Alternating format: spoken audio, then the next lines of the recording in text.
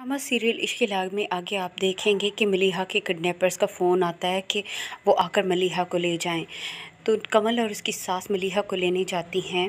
शनाया उनका पीछा करती है और जब वो लोग मलीहा को लेकर वापस आ रहे होते हैं तो शनाया उन सब किडनैपर्स की मूवी बना लेती है।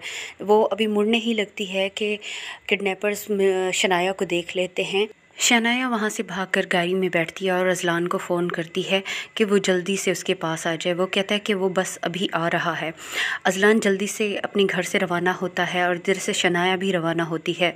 शनाया बहुत टेंशन में होती है। शनाया के पास आकर थोड़ी दूर ही अजलान की गाड़ी ख़राब हो जाती है। अजलान गाड़ी से बाहर निकलता है और शनाया अपनी गाड़ी से भागकर अजलान की तरफ आती है। तो इतने में किडनैपर शनाया पर फायरिंग कर देते हैं।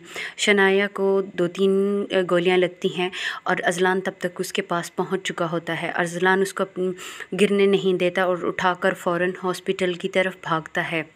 शनाया पर कातलाना हमले की ख़बर सुनकर अजलान के वालिदैन बहुत ज़्यादा परेशान होते हैं और यही ख़बर हम टीवी पर भी नशर की जाती है कि मारूफ़ एंकर शनाया अहमद पर सुल्तान अहमद केस के सिलसिले में फ़ायरिंग की गई है और वो बहुत बुरी हालत में हैं और सब लोगों से दुआ की अपील की जाती है।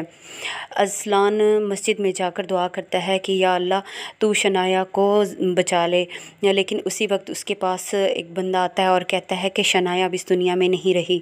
वो भागता हुआ शनाया के रूम की तरफ जाता है और उसे यकीन नहीं आ रहा कि शनाया अब इस दुनिया में नहीं रही है। वो इस बात को मानने पर तैयार ही नहीं है। सब उसे कहते हैं कि शनाया अब इस दुनिया में नहीं रही, लेकिन वो नहीं सोचता।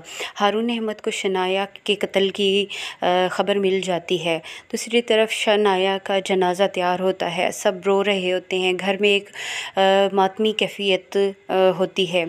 अजलान अपने आप को कमरे में बंद कर लेता है तो शनाया के कलीग उनके पास आते हैं और उसे समझाते हैं कि वो शनाया के जनाजे को कांधा दे, ये उसका हक बनता है कि उसका शौहर ही उसे कब्र में उतारे। शनाया को दफन करने के बाद अजलान उसकी कब्र पे ही बैठ जाता है। उसके वालिद उसे बहुत समझाता है लेकिन वो उसकी कोई बात नहीं सुन रहा। कमल की सास कमरे में आती है और अस्का और कमल को बताती है कि शनाया बीबी का कत्ल हो गया है। ये सुनकर कमल और अस्का बहुत ज़्यादा परेशान होती है, रोने लग जाती हैं। अस्का की माँ कहती है कि हमें शनाया बीबी के घर जाना चाहिए, तो अस्का कहती है कि अजलान साहब हमें धक्के देकर बाहर ना निकाल दें।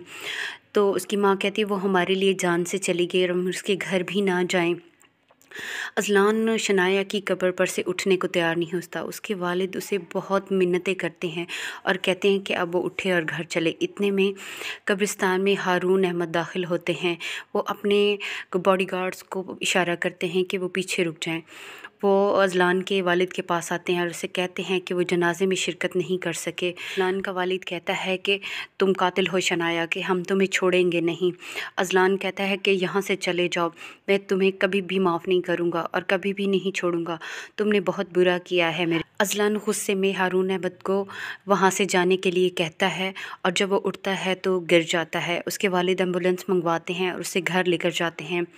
अजलान की तबीयत बहुत ज़्यादा ख़राब है। अजलान की माँ उसे समझाती है कि शनाया अब हमारे दरमियान नहीं है, तुम अपने आप को संभालो, लेकिन वो कहता है कि नहीं शनाया है। वो शनाया से बातें करता है। अजलान की वालदा उसके वालिद से कहती हैं कि आप डॉक्टर से बात करें। अजलान हमेशा शनाया से बातें करता रहता है, मुझे लगता है उसके दिमाग को कुछ हो